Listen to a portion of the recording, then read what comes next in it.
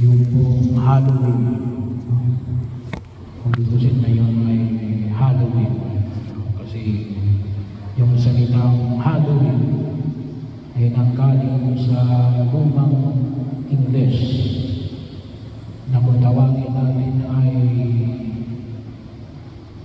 Hallow. Ang ibig sabihin ay holy at Eve. W-E-W-E. So, ibig sabihin ay evening. So, evening o before ng ng dakilang kagistahan ng mga banal. So, ngayon lang kasi bukas yung All Saints Day.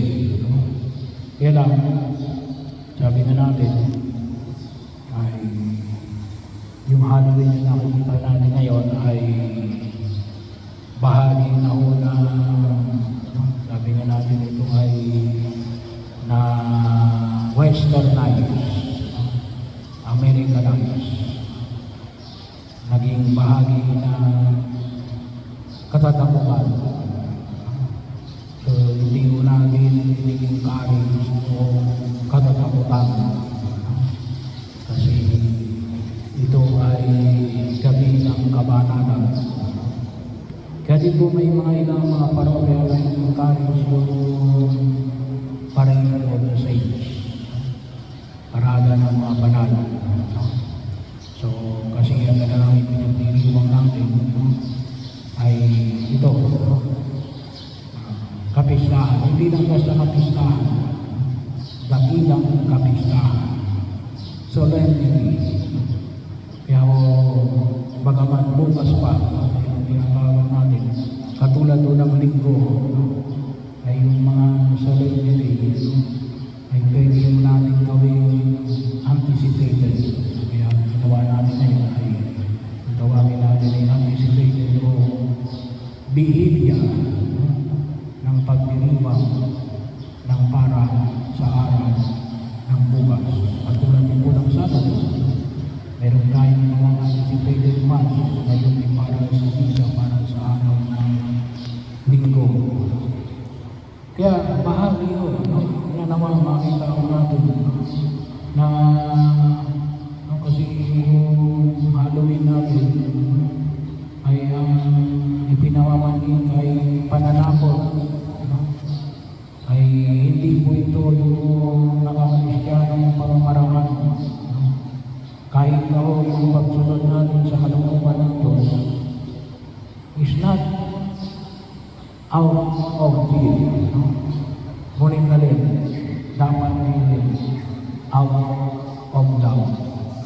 Gawa ng pag-ibig ng Diyos at gawa ng pag-ibig sa Diyos.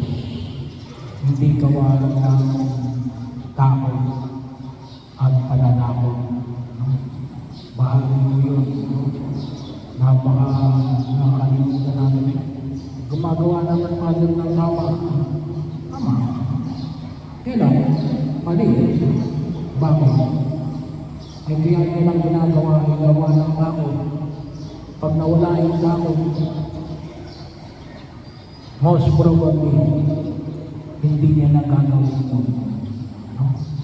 Bahagi yun.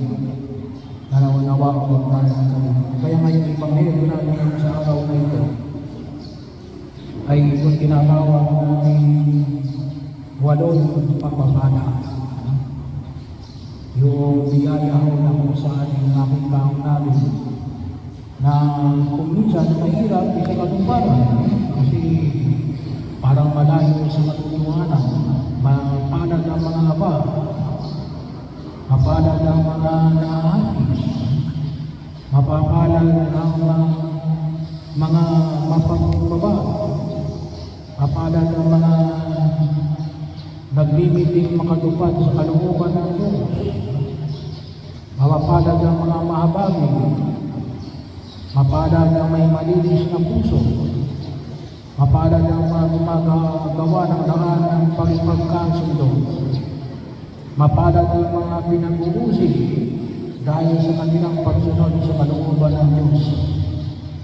So bahagi mo na kung saan ay hindi ito yung pamantayan ng baka. Pero sabi na natin, maunawaan natin lamang ito sa konteksto natin. Ito yung kalooban ng Diyos. Ito yung mga nagnanais sa tumugon sa kanyang panawagan. Ito yung talagang mapapalam tayo. Bakit? Gawa ng tayo ay mga inililigtas ng Diyos. Tayo ay kanyang mga anak. Kaya yung pagpapahayag ng mga ganitong klase ng pagkilos ay nagsisimula ng alin. Maunawaan lamang natin ito sapagkat ay unang tigit siya makikita natin yung alin, yung kagandahan loob ng Diyos ng kanyang pagliligtas na kaya namin kayang gawin na maging duka sa mundong dinadalawa natin sa pagdadalaw natin na alin. Sabi na natin na una yung alin, yung graciousness of God, yung pangunguna ng biyaya ng pagpapala ng Diyos. Ay, yun ang mga pinangahawakan ng mga banal na siyang ipinagdiriwang natin ngayon sa araw na ito. Kasakiban na rin dito yung alin, hindi lamang yung mga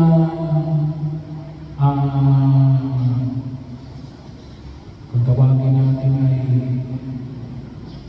mga pinahayag ng simbahan, yung mga itinakda ng simbahan, hindi lang mo sila, hindi lang mo katulad ng halimbawa ng mahal na Virgen Maria, ni San Pedro Calungsod, ni San Lorenzo Ruiz, sino mga banal, ngunit mga lahat ng mga naroon na sa langit.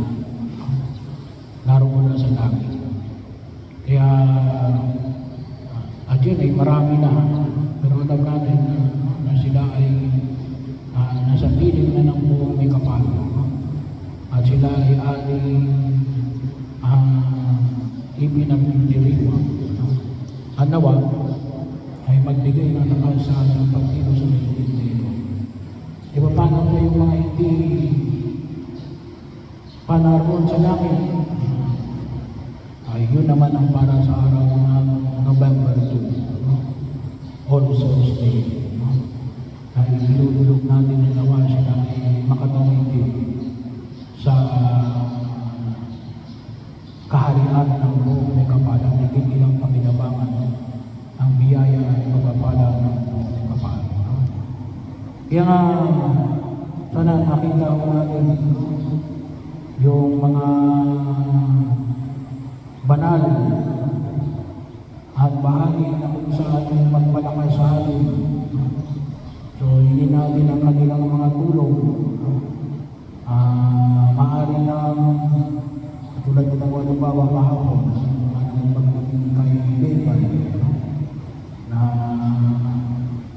batang-batang pang kinuha ng Panginoon. Paniwala natin sa langit kayo. So sa katulad nila, pwede tayo humingi ng tulong sa kanila na bigyan tayo ng lakas na may sa katuparan natin yung panyaya na ipinahayag na Jesus na itong walong pagpapala ay magkaroon ng katotohanan sa ating pagkilos sa daigdig na ito.